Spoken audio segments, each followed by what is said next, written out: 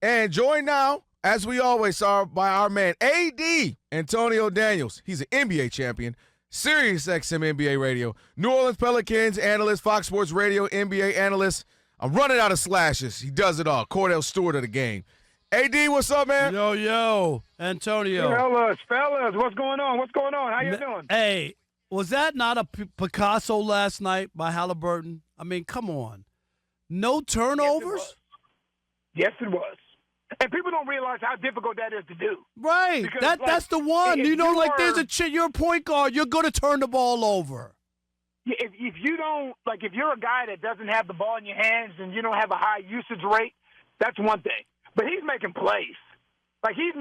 He's scoring. He's penetrating. He's facilitating.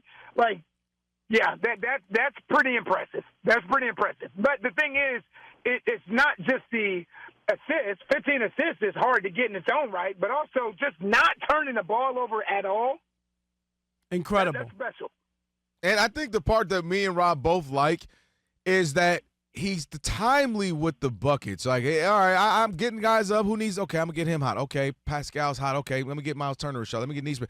All right, we need a bucket because if you saw the game, you saw Knicks kept coming back and it get it down 4, get it down 5, get it down 6 or 7, and he would make a big shot or two to get the lead back up to 8 or 9 and just keep them out of reach from stealing that game. And I think that's amazing to see as well from a more pass-first kind of guy.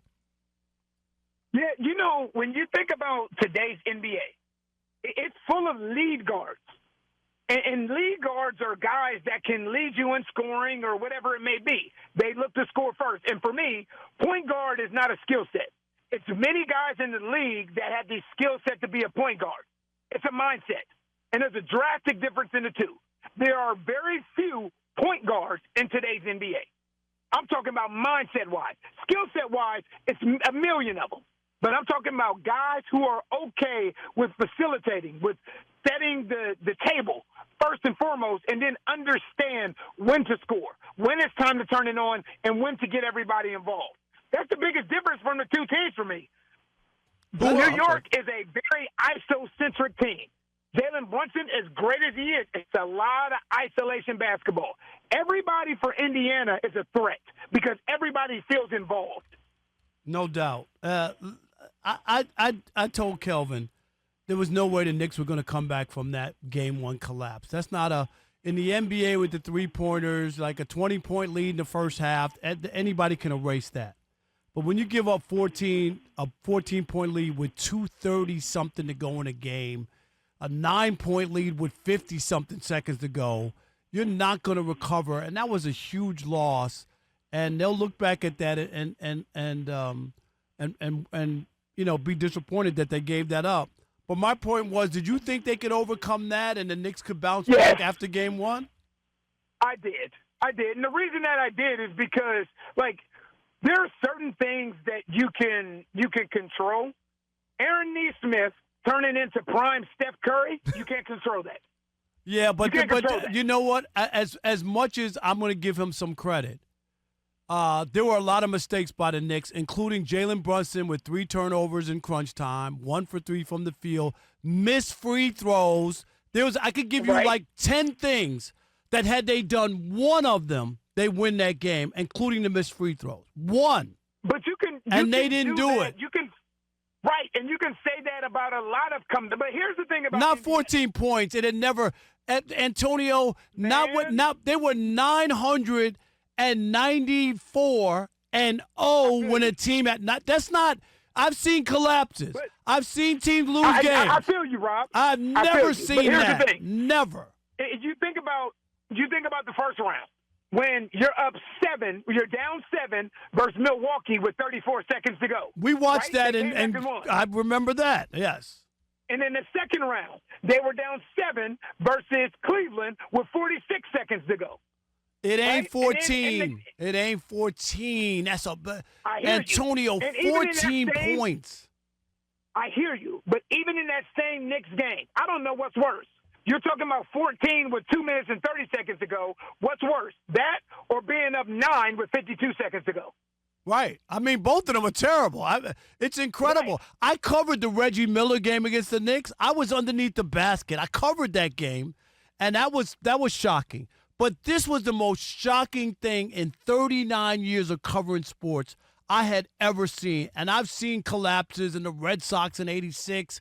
And you know what I mean? And I've never seen a team give up that kind of game in my life. And I thought they won't recover because that's a game. Had they won that game and say they lost game 2 and then they went to Indiana for game 3, you have a totally different feel or series.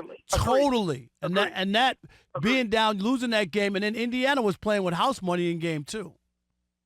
But then the thing is, like, as much as we can talk about what the Knicks have done wrong, Aaron Nesmith, if he misses one of those three, I get you. If he misses one of them, like the fact that he hit 5 of them, if he goes 4 for 5, as opposed to going 5 for 6 or 6 for 7, the Knicks win that game.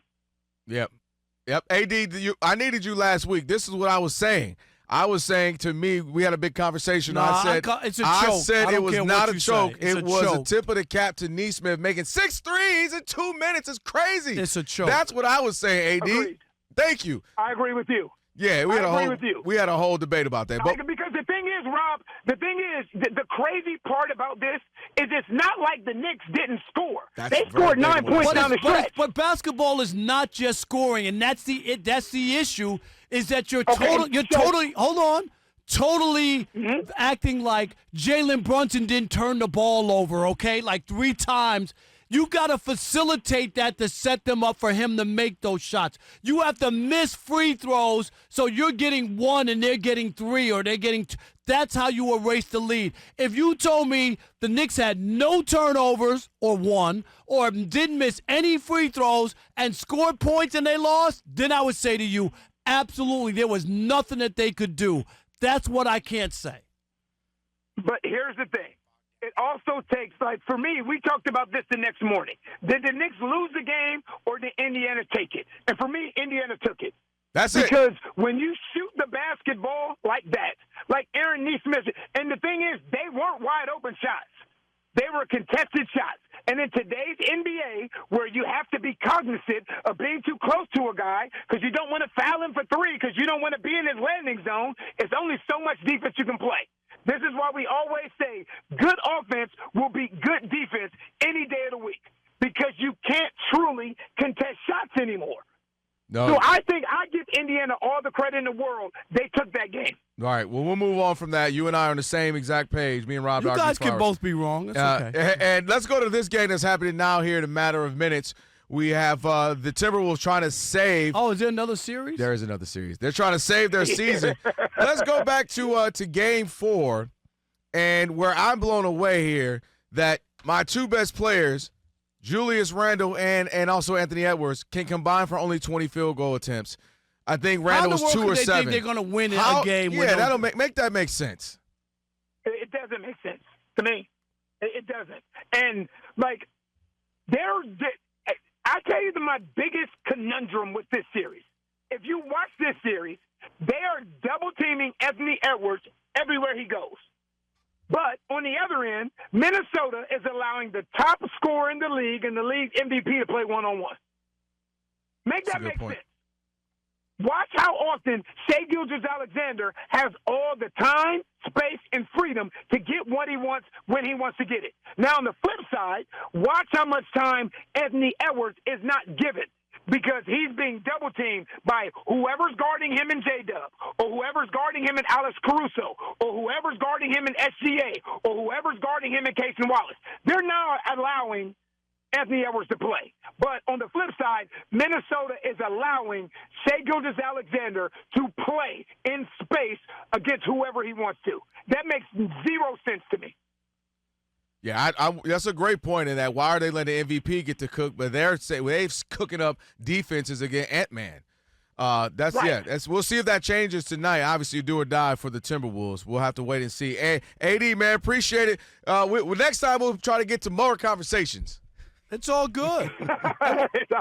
It was a good conversation. It was always worth a great it one. Because after that, I didn't think the Knicks had a shot. I really didn't. And they're down 3-1. We'll see. I think they're going to win the next game. Yeah, we'll see. We'll see. You and I. Oh, do you? Yeah, I do. I'm not convinced either. We're not agreeing on that one. Yeah, I'm not We're convinced not agreeing either. on that one. Yeah, I think Brunson's going to be like, hey, y'all getting a little too much Haliburton love. Let me get one more game before y'all write me off. I think Haliburton has one more in him.